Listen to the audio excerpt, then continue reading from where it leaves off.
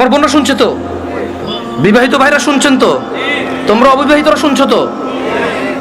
আমি তোমাদেরকে আজকে এমন এক গল্প শোনাচ্ছি গতকালের, যেটা তোমার সারা জীবনের শিক্ষণীয় হতে পারে।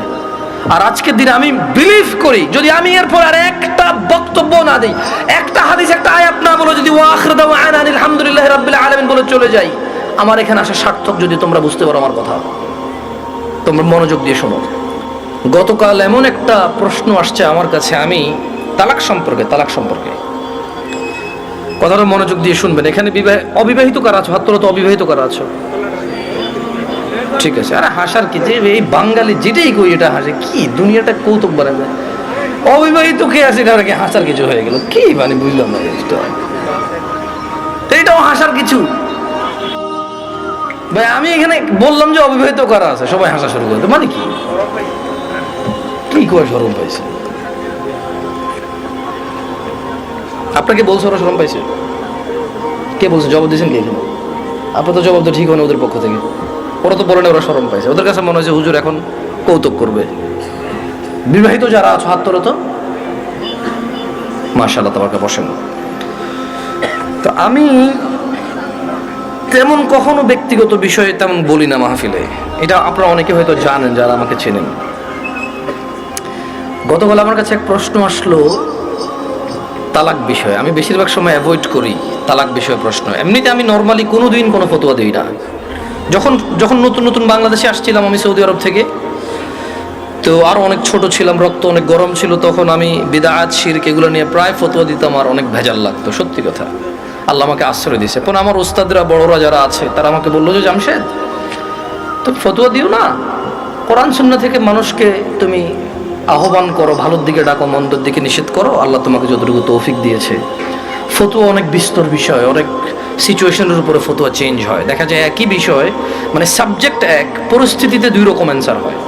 সো তোমার এখনো সেই প্রজ্ঞা যদি না হয় তুমি দিও না, আর প্রজ্ঞা হলে দিও। তা আমি ওনাদের কথা চিন্তা করেছি যে আমার সেই প্রজ্ঞা হয়নি যে আমি দিব। কারণ এখানে হানাফিরা বলে যে একসাথে 3 তালাক দিলে হয়ে যায়, আর শাফি হাম্বালিরা বলে যে যতবারই তালাক দেয় একবার।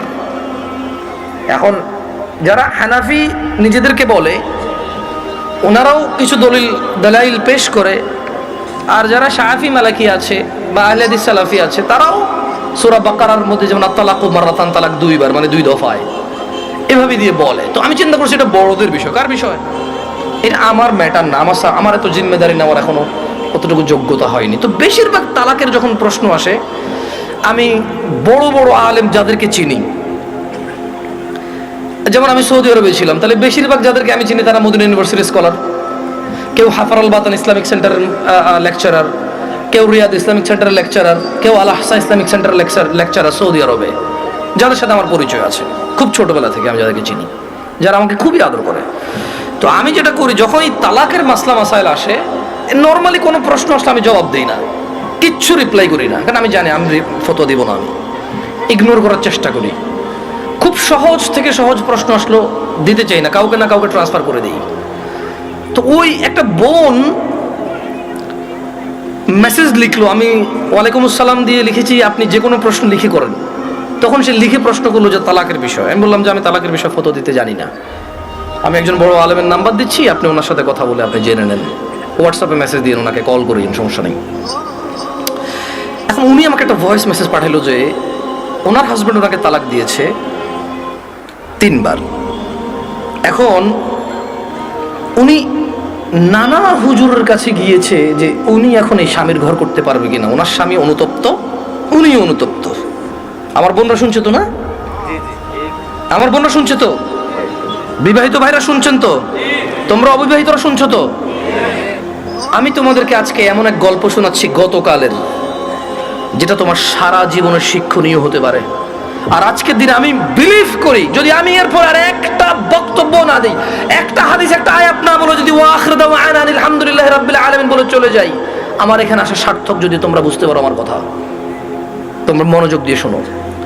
তো বললো যে আমি বেশ কিছু হুজুরের কাছে যতটুকু আমাকে বলেছে যে আমি আহমদুল্লাহ হুজুরকে মেসেজ করেছি, উনি রিপ্লাই করেনি। আমি আজহারি হুজুরকে মেসেজ করেছি, রিপ্লাই করেনি।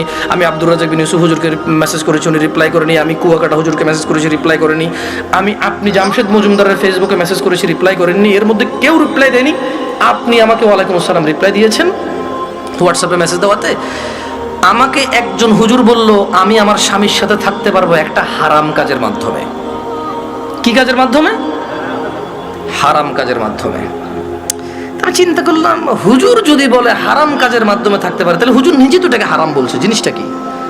তখন আমি বোনকে আর সাহস করে কিছু না বলে আমি শেখ মুস্তাফিজুর রহমান বিন আব্দুল আজিজ আল মাদানী হাফিজাহুল্লাহ, উনি সৌদি আরবে হাফারুল বাতান ইসলামিক সেন্টারে ছিল, খুব আদর করে আমাকে। আমি বললাম যে আমি একজন বড় আলেমের নাম্বার দিচ্ছি, আপনি ওনাকে কল দিয়ে আপনার মাসাটা জেনে নেন, আমাকে আপনার পুরো কথা খুলে বলার দরকার নাই, আপনি ওনার সাথে ডিসকাস করেন। ঠিক 2 ঘন্টা বা 3 ঘন্টা পর উনি আমাকে মেসেজ দিল যে হুজুর আমি একটু আপনার সাথে কথা বলতে চাই। আমি বললাম যে আমি আপনার সাথে কথা বলবো না, আমি আপনাকে যার নাম্বার দিয়েছি যদি ওনার কথায় আপনার কিছু বুঝে না আসে তাহলে আমার কথা আপনার বুঝে আসবে না। বলে যে না হুজুর, ওনার সাথে আমার স্বামী কথা বলেছে, তবে আমার স্বামী একটা বিষয় গোপন করে কথা বলেছে, গোপন করে কথা বলার পরেও হুজুর বলেছে যে তালাক হয়ে গেছে, কিন্তু এখন আমার স্বামী হাফেজে কোরআন, আলেম পাস, আমার স্বামী বলছে তালাক হয় নাই। আমি বললাম যে ওকে, আপনি শেখকে কল করে বলেন যে আপনার স্বামীটা গোপন করেছে। বলে যে আমি ভয় পাচ্ছি ওনাকে কল দিতে, কারণ আমার স্বামী কথা বলেছে, উনি আবার কি মনে করে। আমি বলছি উনি কিচ্ছু মনে করবে না, আমি ওনাকে ফোন দিচ্ছি, আপনি কথা বলেন, ভদ্রমূল্যে কথা বলবে না। তখন জোহরের টাইমের সময় হয়েছে, আমি ফোন দিলাম এবার, মানে আমার একটু মেজাজ খারাপ হয়েছে। কি খারাপ হয়েছে? মেজাজ খারাপ হয়েছে। ওই ভদ্রমহিলা আমাকে বারবার বলতে চেষ্টা করতেছে যে আমার একটা বাচ্চা আছে, যদি এখন আমরা স্বামী স্ত্রী আলাদা হয়ে যাই আমার বাচ্চাটার কি হবে, কনসার্ন কোথায়? বাচ্চা। আমি কল করলাম, কল করে বললাম আপনি তালাক হয়েছেন বা হন নাই, আমি কি এরকম কিছু বলছি? বলে যান না। আমি বললাম ধরে নেন আপনার স্বামী আপনাকে তালাক না দিয়ে যদি গলা একটা কোপ দিত, আপনার গলাটা কাটতো কিনা? বলে যে কাটতো। আমি বললাম তালাক দিল, তালাক হবে। এবারে হুঁশে দিছে না বেহুঁশে দিছে, রাগ করে দিছে না আদর করে দিছে, মজা করে দিছে নাকি দুষ্টামি করে দিছে, এইটা ম্যাটার না। আপনার স্বামী যদি আপনাকে 5 তলা বিল্ডিং থেকে রাগ করে অথবা রাগ না করে হাসি মুখে অথবা দুষ্টামি করে যদি আপনাকে ধাক্কা দিত, আপনি কি পড়তেন 5 তলা থেকে? বলে যে পড়তাম। তাহলে আপনার কেন মনে হচ্ছে না যে আপনার স্বামী আপনাকে রাগের মাথায় তালাক দিলে হবে না? রাগের মাথায় ধাক্কা দিলে যদি 5 তলা থেকে পড়ে আপনার হাত পা ভেঙে যায়, মরার সুযোগ থাকে, মরে যেতে পারেন আপনি, এরকম সম্ভাবনা থাকে, তাহলে কেন আপনার স্বামী আপনাকে তালাক দিলে তালাক হবে না? মানতে অসুবিধা কোথায়? যে আল্লাহ আপনার এই স্বামীকে কবুল বলার পরে ওর সাথে থাকা বৈধ করেছে, সে আল্লাহই তো 3 তালাক পরিপূর্ণ হয়ে গেলে থাকাটা অবৈধ করেছে। যিনি আপনাকে এর সঙ্গ দেওয়ার জন্য বৈধ করেছে, আপনি মেনেছেন সেটা, উনি যখন অবৈধ করেছে সেটা মানছেন না কেন আপনি? প্রবলেম কোথায় আপনার? আপনার বাচ্চা, যদি আপনার হাজব্যান্ড কালকে অ্যাক্সিডেন্ট হয়ে মারা যায়, মৃত্যুর পর আপনার হাজব্যান্ডকে নিয়ে আসতে পারবেন জীবিত করে? না। যদি আপনি মারা যান কালকে, আপনার এই বাচ্চা কি মাহারা হবে না? হবে। ওকে, আপনার দুইজনই উভয় মারা গেলেন, কোনো অ্যাক্সিডেন্টে বাচ্চাকে রেখে গেলেন, বউ জামাই গেলেন কোথাও ঘুরতে বা ডাক্তার দেখাইতে, অ্যাক্সিডেন্টে 2 জন মারা গেলেন, আপনার এই বাচ্চা থাকবে কি না? বলে থাকবে। তো তখন আপনাকে কি ফিরাতে পারবে কেউ মৃত্যু থেকে? না। তা আপনি কেন আল্লাহর বিধান মানতে এত অসুবিধা হচ্ছে যদি পরিপূর্ণ তালাক হয় আপনার? আমি বললাম শেখকে কি প্রশ্ন করেছে? বলে যে ও আমাকে বিয়ের পরে, মেয়ের বয়স মাত্র 18 বছর, বললা ভাই আমি কথা বলতাম না, আমাকে ভয়েসে বলেছে যে ভাই আমার বয়স মাত্র 18, আমার একটা বাচ্চা আছে, আমার স্বামী খুব বদমেজাজি, আমাকে তালাক দিয়েছে, এখন ও অনুতপ্ত থাকতে চাই। কত বছর বয়স মেয়ের? শুধু 18, একটা বাচ্চার মা। যে বাচ্চা, ওই বাচ্চার বয়স আমাকে বলেছে যে 3 মাস বা 3 বছর, আমার সঠিক মনে নাই, এরকম কিছু বলেছে। আমি বললাম আপনি কি মানে নিজে নিজে পছন্দ করে বিয়ে করেছেন নাকি বাবা মা পছন্দ করে বিয়ে দিয়েছে? বললো যে বাবা মা পছন্দ করে বিয়ে দিয়েছে। আমি বললাম বিয়ের আগে স্বামীকে চিনতেন না? বলে যে না। আমি বললাম আপনার স্বামী নামাজ পড়ে না, ঠিক না? বলে যে হ্যাঁ। আমি বললাম আপনার স্বামী তো নামাজ পড়ে না, ঠিক না? হ্যাঁ। আমি বললাম আপনার স্বামী হুজুর আলেম এগুলো বলে লাভ কি, হাফেজ বলে লাভ কি? ও তো নামাজই পড়ে না, ও তো ধর্মর কোনো মূল্যায়নই করে না। ও আপনাকে তালাক দেয় আবার রাখে, আবার তালাক দেয় আবার রাখে, আবার তালাক দেয় আবার রাখে, এখনো আপনাকে রাখতে রাজি আর আপনি ওর কাছে থাকতে রাজি। তো বললো যে প্রথমে একদিন তালাক দিল, তালাক দেওয়ার পর ওনার স্বামী বিলিভ করে একসাথে 3 তালাক দিলে তালাক হয়ে যায়। ওনার স্বামীর এটা দেখেন, আমি আবার বলি, এটা আমি বলছি না, উনি বলছে যে ওনার স্বামী হাফেজ এবং আলেম পাশ মেবি, বা হাফেজ এটা কনফার্ম আমি। তো বললো যে উনি জানে যে এক বৈঠকে 3 বার তালাক দিলে তালাক হয়ে যায়, কিন্তু শেখ মুস্তাফিজুর রহমান বিন আব্দুল আজিজ মাদানিকে যখন ফোন করেছে তখন উনি বলেছে আচ্ছা ধরলাম একবার, 3টাকে কয়বার ধরলাম? এক বৈঠক ধরলাম। বলে যে আপনাকে আদ দিছে? বলে যে হ্যাঁ আরেকবার দিছে। বলে যে ওটাকে আবার ধরলাম। বলে যে আদ দিছে? বলে যে সে গোপন করছে, কিন্তু সে একদিন আমাকে বলছে তোমাকে আমি তালাক দিলাম, তুমি যাচ্ছ না কেন? এই কথাটুকু শেখের কাছে সে গোপন করেছে। কি করেছে? শেখ নাকি তখন প্রশ্ন করেছে আপনি যদি হানাফি মাসলাকের হন, জীবন যদি হানাফি বিধান অনুযায়ী চলেন, আর আপনার স্বামী নিজে যেহেতু হাফেজ বা আলেম, ও তো এটা জানে যে এক বৈঠকে 3 বার দিলে হয়ে যাচ্ছে। আর কোরআন সুন্নাহ অনুযায়ী যদি আপনি শাফি মালিকের দিকে আসেন, সেই ক্ষেত্রে ওনারা এক বৈঠকে যতবারই দেয়, কয়বার ধরে? একবার। তো বলো যে অনেক সময় আমরা ফতোয়া দেই যে ঠিক আছে, মানে আপনি হানাফি কোনো বড় বিজ্ঞ আলেম থেকে, মাদ্রাসা থেকে ফতোয়া নিয়ে ওনারা লিখিত ফতোয়া দেয় কি সেটা আপনি জেনে নেন। মানে তালাক নিয়ে তেমন কেউ ভেজাল করতে চায় না, কারণ মারামারি কাটাকাটি হয়ে যাবে, বোঝেন নাই? মিছিল মিটিং হয়ে যাবে, এক গ্রুপ বলবে তালাক হয়ে গেছে, আরেক গ্রুপ হয় নাই, বলবে যে জানা করতেছে ও হুজুরের কথায়। ভাই এটা বিশাল বড় একটা প্রবলেম, বুঝছেন না? বোঝেন নাই? সত্যি আমার পক্ষে সলভ করা সম্ভব না। তখন আমি ওই বোনকে বললাম যদি আপনার তালাক হয়ে যায় চলে যান, ইদ্যত পালন করে কোথাও বিয়ে বসে যাইয়েন, আর পরবর্তী স্বামীর যত্ন নিয়েন।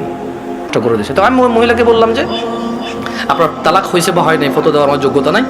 আপনি যদি মনে করেন আপনার স্বামী গোপন করেছে শেখের সাথে, তালাক একবার তালাক দিছে যেটা গোপন করেছে, আপনি ওনার সাথেই কথা বলেন। তো আমি আমার বোনদেরকে বলবো, বোন ও আচ্ছা, আমি ওই মেয়েটাকে এতটুকু বললাম যে যেই ছেলে আপনাকে 3 বার তালাক দিল, 3 বার, আপনার কাছে কেন মনে হয় ও 4র্থবার দিবে না? আবার আপনার কাছে কেন মনে হলো যে ও 4র্থবার দিবে না?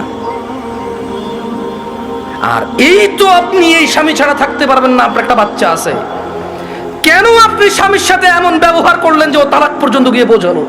ওর উপায় কি? ওই বেচারার উপায় কি? ধরলামও খারাপ, ওর চেয়ে নিকৃষ্ট পুরুষ আর এই পৃথিবীতে আমি ধরে নিলাম। আপনি যদি ওর সাথে এমন ব্যবহার করেন যে ও তালাক দেওয়া ছাড়া রেখে উপায় নাই, একটা ঘরে আগুন লেগে গেছে, বের হবে না মানুষ বের হবে না? এই দরজা বন্ধ, সেই দরজা বন্ধ, সেই দরজা বন্ধ, জানালা দিয়ে হলো তো মানুষ বের হবে না? তা আপনি এমন এক সংসারের মধ্যে কেরেঙ্গাল লাগাই দিয়েছেন, কিচ্ছা কাহিনী লাগাই দিয়েছেন, এমন এক অশান্তি লাগাই দিয়েছেন, ও তালাক ছাড়া বেরোতে পারছে না এখান থেকে। এমন করলেন কেন? এই যে এখন কান্নাকাটি করতেছেন, এমন করলেন কেন? এই যে বলতেছেন আমি এখন ধৈর্য ধরবো, আমি আর মুখে মুখে বলবো না, আমি আর ওর অপছন্দ হয় ওর বাবা মায়ের সাথে খোটাখুটি করলে এখন আর করবো না, আমি আগে কেন ভাবেন নাই? আমি আমার বোনদেরকে বলবো তোমার স্বামী আছে, ওকে গুরুত্ব দাও।